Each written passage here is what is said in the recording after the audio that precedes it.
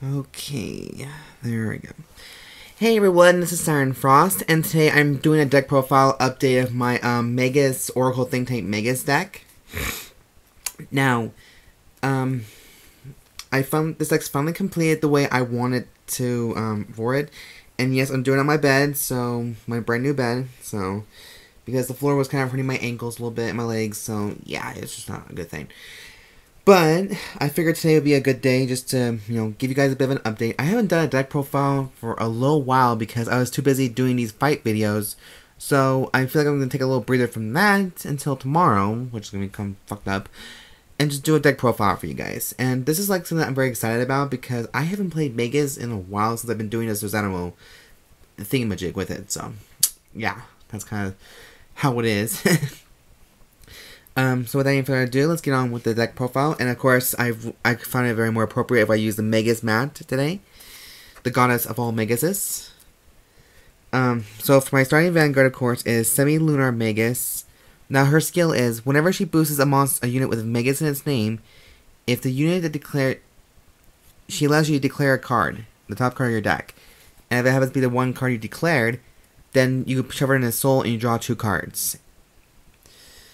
So, that's maybe one of the good bonus points, because in this deck, however, it's a very difficult thing to guess your cards, because, you are very much used to what cards you probably have, unless you mark them.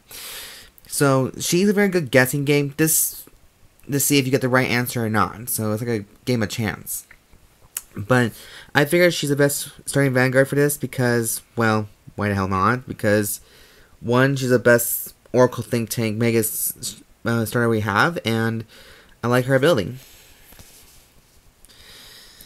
Next, for trigger lineup, we're playing 4 Lozenge Maguses, the original Lozenge Magus, and everyone knows what she does. Whenever she boosts a unit with the Oracle Think Tank, and she gains to boost that unit 3,000 power, and at the end of the battle or the turn, she goes back to your deck and shuffles. So that's this trigger here is very appropriate for this deck after all. And then in this deck we're playing 12 crits, so we have 4 copies of Paisley Magus. Whenever Paisley comes into play, if your Vanguard has Magus in his name, then she allows you to look at the top card in the deck and you can determine whether it goes to the bottom or the top. And no, I don't mean that very sexual, so shut the hell up.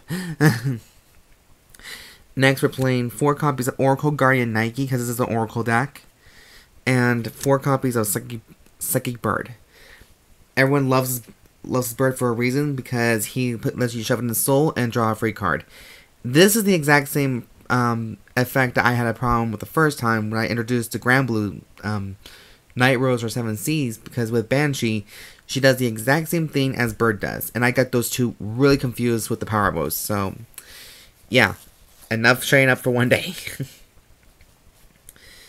And I don't know why my camera's a little blurry. I guess because it's just lighting kind of shit. I've been meaning to change that light bulb for a while. Alright, so anyways, that's trigger lineup. And next we got, for grade 1s, we're playing 4 copies of Cone Magus. When she comes into play, if your Vanguard has Magus in its name, you can declare a card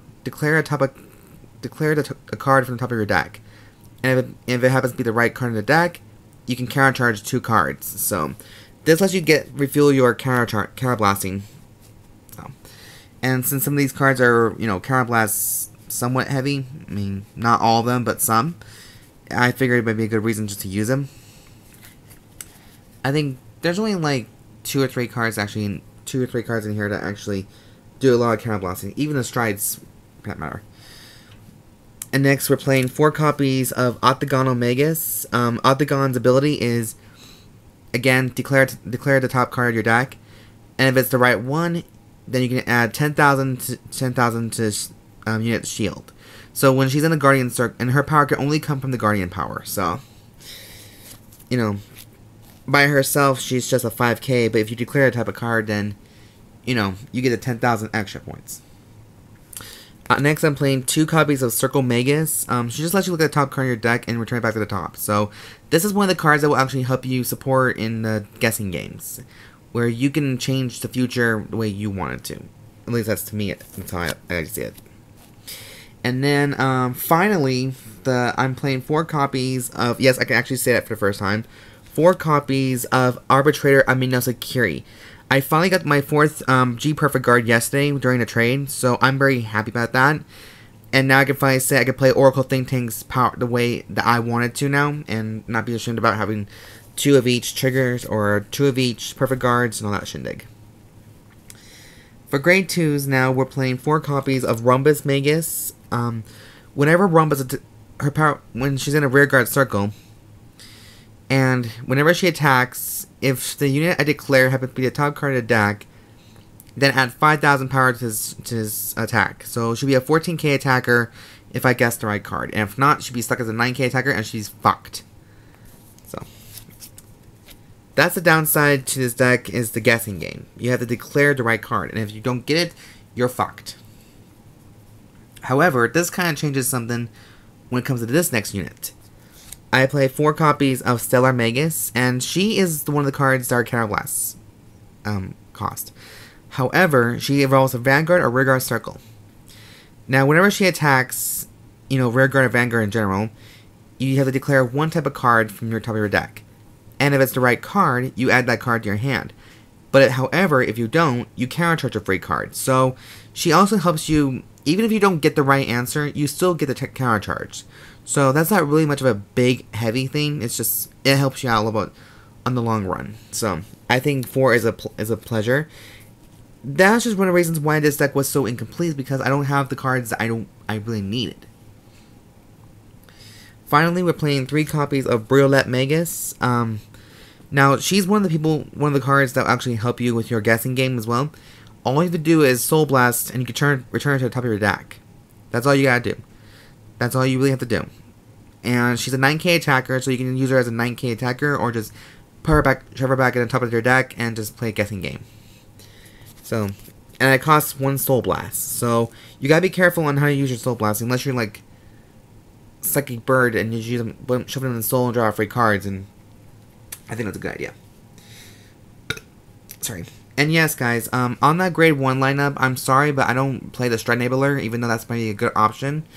However, I believe that Stride Enabler belongs to the Stride Breakers, so that's why I'm just gonna leave it at. And this deck's all about Magus anyways, so I'm just gonna take a few chances and pop out a few little hints and here and there and see how it works. Anyways, so for grade 3, we're playing 4 copies of the main boss, Raincloud Magus. Now, for 1 counterblast, whenever she attacks, whenever she attacks a Vanguard. Oh, her ability is Vanguard and Vanguard. Okay, I didn't know that. Alright, so anyways, now whenever she attacks a Vanguard, you have to declare one type of card, and if it's the right answer, add 3,000 power to her attack. So she should be a the 14k attacker as well. So, and this deck was actually inspired from the very beginning, because I've always wanted to play Maguses. I just didn't know how to use them properly because the guessing game was a bitch. And then for the last grade 3 lineup, we're playing 4 copies of Floral Magus, which I finally got my full play set. So basically, I guess you can say this is the deck that Misaki was playing against Tokaha. So now, her limit break is, she came from the Fires Collection for the very first Fires Collection, so. Now her ability is Active Limit Break. Counterblast 1. Declare a card name. And reveal a top card in your deck. If the revealed card is the unit you declared, put that card into your hand, and this unit gets plus 5,000 power. A continuous ability. During this turn, if the number of cards in your hand is 4 or more, add 2,000 power to her attack. So, even if you don't get Raincloud Magus, you can still get Floral Magus on the field, and she'll be your 13k attacker at all times. But however, every once in a while, you can activate that skill, and you can just, counterblast and declare a card until you get the right answer. So, and then she's also 11, plus she's 11k attacker, so you can just use those the most you can. So, I don't see any harm playing her. Alright, so that's the main deck of the Maguses, and now we're on to the Strides. And this, the G zone contains 16 cards because it says they doubled that 8 limit to 16. So there's a lot more options you can use in this deck. So I'm proud to call this a 16 G zone. So for starting G zones, we're playing 4 copies of One Who Views the Planet, Globe Magus. Now Globe Magus is the key element to this deck. She allows you to look at the top card of your deck at any time. at any time, whether it's on your opponent's turn, or your turn, or during your guard phase, during your attack phase, during drive checks. This card can hang in anything because she will determine your opponent's future and my future. So that's why I have such respect for this card, because its Glow Magus is a bitch, is a beast, is a bitch. So that's what she does, is that she lets you look at the top card of your deck at any time. And she's the main ace for this deck, as long as your heart contains Magus in its name. So I'm proud to say that, because I really need all the help I can get. Next for G-Zones, we're playing 2 copies of Sword Deity of Thunderbraid Takamikasuchi. I would have played a full playset of him because his effect is kick-ass. However, I'm missing one more Takamikasuchi card, so that's why I'm just sticking with 2, because I don't think it'd be fair for me just to play 3 and then not get the full effect. So, yeah. So, his ability is you Cara Blast 2 and choose a face-down Takamikasuchi unit face and turn it face up in your G-Zone. If the units in your G-Zone is 2 or more, contains 2 or more face-ups, his ability will activate. Look at the top 4 cards of your deck and choose 2 of them from and add them to your hand, and put the last 2 to the bottom of your deck in any order you wish. So he helps you change some of the cards, stack your deck a little bit. Now, people saying that stacking is going to be a bad thing, but in Oracle Think Tanks, all I gotta do is just take this time saying, fuck you. Next up, we're playing the newest addition to the family, I should say, is, what's his name? Dragon Destroyer Battle Deity Kamususanoo. He is the future self of Susanoo. Now, his ability is, I gotta look at this, because I'm blind. His skill is, as an active skill, 1 turn only. Choose a face-down card named Kamususanoo in your G-Zone and turn face up. And to the end of turn, this unit gets an auto skill. Vanguard. When this unit attack hits a Vanguard, look at the top 2 cards of your deck, add 1 to your hand, and put the rest of the bottom of your deck in no order. And continue his ability. Generate GB3. During your turn, all your units gets plus 2,000 power. So that includes your front row, your back row. Everybody gets a 2,000. Everybody gets a 2K power. So yay! I strongly recommend using him as a very late game as a finisher, just in case if you have lost a lot of options. But that's just me. I realized that Kamususanoo is meant for late games only. Next for my lineup, I'm playing 2 copies of the Dragon King, and his skill, he's from the old the very first Friars collection as well, when the Strides first came out, and I was pissed because we only got 2. Thank you, Bushiroad, for fucking us up in Utah, you assholes. You assholes. Anyways, his skill is Cara Blast. Cara Blast 1. At the end of the battle this unit attacked, you can look at the top. You can put up to 3 cards back from your hand and put them back in your deck, and then shuffle your deck and then withdraw a card for each card you sent back. So if you put all 3 back, you draw 3 cards back. If you put at least 1 or 2, you get the whole gist. He lets you fill up your hand differently and fill your deck differently. And next, we're playing 2 copies of Soaring Auspicious Beast Kirin. When his attack hits the Vanguard, you can look at the top 2 cards of your deck. And if you add 1 to your hand and put 1 in the bottom of your deck in any order you wish.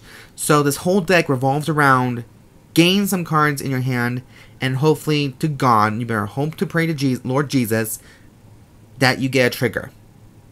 That's the idea of Oracle Think Tank now. You're stacking your deck to the point you get triggers and non-triggers. And next, finally, we're adding to a new family. We're playing 4 of the G Guardians, Sunrise on High, Godhawk, Ichibyoshi. So yes, Ichibyoshi has finally evolved. Now his Guardian ability is if you have 3 or more cards in your hand, add 5,000 power to his shield. So he's a 15,000 shield right now. So he has no attacks, and he's the very first. I like him. He's pretty much awesome. So anyways, guys, that is the full deck profile, the newest update of my Mega Stride, featuring 16 G-Zones and all that good stuff. Let me know in the comment section down below, and let me know what you guys think about this deck itself.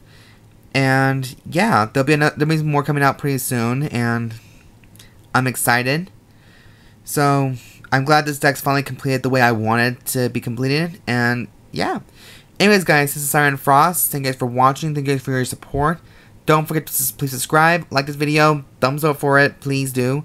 And do me a favor, just go check out my other videos. Like, you know, they're not all that bad, so. And there's more deck profiles coming up pretty much soon. So, I am Siren Frost. Thank you guys for watching, and have a great Sunday. Love y'all. Bye-bye.